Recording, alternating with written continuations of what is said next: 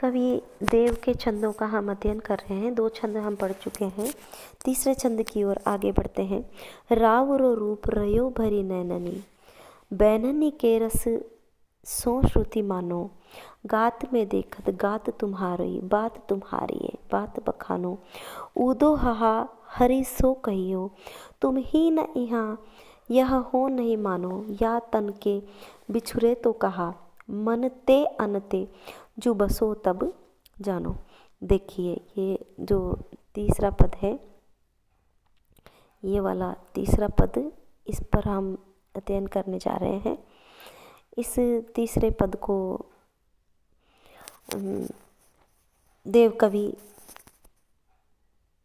एक राधा और यहाँ क्या गोपी और उद्धव का प्रसंग प्रस्तुत करते हैं कि जब उद्धव गोपियों को अपना ज्ञान योग का उपदेश देने आए थे और वो कह रहे थे कि श्री कृष्ण को भूल जाओ और तुम लोग योग साधना में अपना मन लगाओ।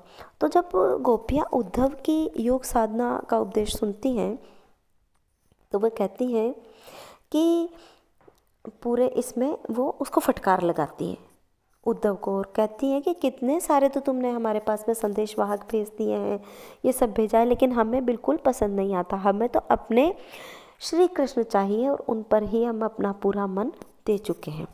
तो ये प्रसंग में हम लिखेंगे, इसके बाद में हम व्याख्या शुरू करेंगे कि जब गोपियाँ उद्धव का उपदेश सुनती है तो फिर तो उनके लिए कहती हैं कि हे उद्धव, श्री कृष्ण से जाकर कहिए कि रावरे रूप, रावरे मतलब सुंदर, उनका जो सुंदर रूप है, रयो भरी नैननी, उसको हमने आँखों में भर लिया है। नैननी मतलब आँखें, आँखों में भर लिया है। बैननी से रस सो श्रुति सानो, और बैननी मतलब उनकी वाणी से, बैननी से रस सो, उनकी वाणी से जो रस टपका है।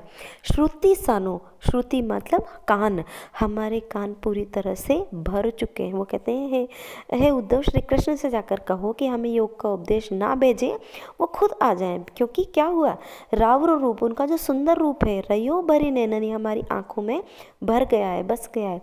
बैननी के रस, और उनके जो बोली का रस है, वाणी का जो रस है, सो श्रुति सानो, श्रुति मतलब कान, हमारे कानों में पूरी तरह से रम चुका है, भर चुका है। गात में देखत गात तुम्हारी, गात में देखत, हम किसी का भी, गात मतलब होता है शरीर, हम किसी का भी शरीर जब देखते हैं तो गात तुम्हारे, हमें दूसरे के शरीर में भी श्री कृष्ण का ही शरीर दिखाई देता है। बात तुम्हारी बात बखानो, हम बात तुम्हारी बात बखानो, हम किसी की भी बात करते हैं तो उसमें तुम्हारी ही बात करते हैं, किसी और की बात नहीं करते हैं। उदो हहा हरि सो कहियो, हे उद्धव जाओ और हरि अर्थात श्री कृष्ण से कहना कि हम हाहाकार करते हैं, अर्थात हम उनसे मिलने को तरसते हैं। तुम ही न यहाँ यह हो नहीं मानो, तुम ही एक यहाँ पर हो जो हमारी बात को नहीं मानते हो, बाकी लोग तो हमारी बात को मानते हैं। या तन के बिछुरे तो कहा, ये माना हमने कि श्री कृष्ण हमारे इस शरीर से, इस तन से बिछुड़कर दूर चले गए। मन ते आनते जू बसो तब जानो, लेकिन वो हमारे मन में पूरी तरह से बस गए हैं। मन ते अनते मतलब मन के अन्यत्र जाकर, यदि वो हमारे मन से अन्यत्र चले जाएं, दूर चले जाएं, तो हम मानेंगे कि श्री कृष्ण में कुछ बात है, किसी और में कुछ बात है, तुम्हारी बात में कुछ दम है उद्धव, लेकिन हमारे मन में वो बस चुके हैं और हमारे मन से यदि वो दूर चले जाएं तो हम तुम्हें मानेंगे, क्योंकि वो हमारे मन से कभी भी दूर नहीं जा सकते। हम पूरी तरह से मानसिक रूप से मतलब मन से उनको आत्मसात कर चुके हैं। अगला पद जो हमारा चौथा पद है उस पर आ जाएं हम। गंग तरंगिनी बीच बरंगिनी, ठाड़ी करे जपु रूप उदोती, देव दिवाकर की किरणें, निकसे विकसे मुख पंकज ज्योति, नीर भरी निचुरे अलके, छुटके छलके मनो मांगते मोती, बिजुली से झलके लपटे कन कंचन से अंग उज्जल होती। देखिए पूरा जो पद्यांश है वो देव द्वारा रचित है। कवि ने गंगा में स्नान ध्यान करती हुई महिलाओं के बारे में यहाँ पर वर्णन किया है। गंग तरंग। आप व्याख्या, ये तो प्रसंग में लिख देंगे कि गंगा में स्नान करती हुई महिलाओं का वर्णन किया है। अब हम व्याख्या पर आते हैं कि जिसमें व्याख्या में कवि देव कहते हैं, तरंगों से युक्त गंग तरंगिनी, तरंगों से युक्त गंगा के बीच में बरंगिनी, बरंगिनी अर्थात नारी, नारियां गंगा के बीच में खड़ी हुई हैं।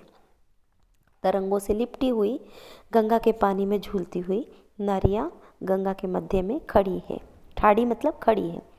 करे जपू रूप उदोती, और वो क्या करती, करे जप कर रही हैं, रूप उदोती, और उनका रूप जो है, सौंदर्य जो है वो बहुत अच्छा, उदोती मतलब बहुत उदित होता हुआ लग रहा है, बहुत ही खूबसूरत लग रहा है।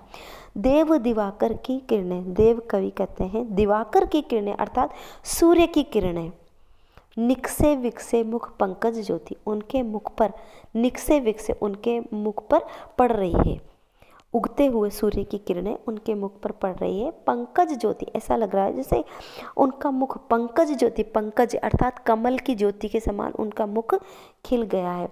नीर भरी निचुरे अलके, नीर अर्थात पानी, पानी से भरी हुई, निचुरे अलके, अलके मतलब चेहरे पर जो बालों की लटें पड़ती है ना, उनको अलग कहा जाता है। नीर भरी निचुरे अलके, पानी से भरी हुई जो उनकी लटें हैं वो उनके चेहरे पर पड़ती है। छुट्टी के छलके मनो मांग के मोती, और उन लटों से छुट्टी के छलके छूट कर जो बूंदें गिरती है, पानी की जो बूंदें गिरती है, ऐसा लगता है उनके मांग पर मोती गिर रहा है। बिजुली से झलके लपटे कन, कज्जल से अंग उज्जल धोती, बिजुली से झलके लपटे कन, और वो जो पानी के कण जो उनके तन से, उनके कपड़ों से लिपटे हुए हैं, ऐसे लगते हैं बिजुली से, जैसे बिजली चमक रही हो। जो अटके हुए पानी के जो कण हैं वो जो उनके कपड़ों पर चिपके हुए हैं, ऐसे लगते हैं जैसे बिजली चमक रही हो।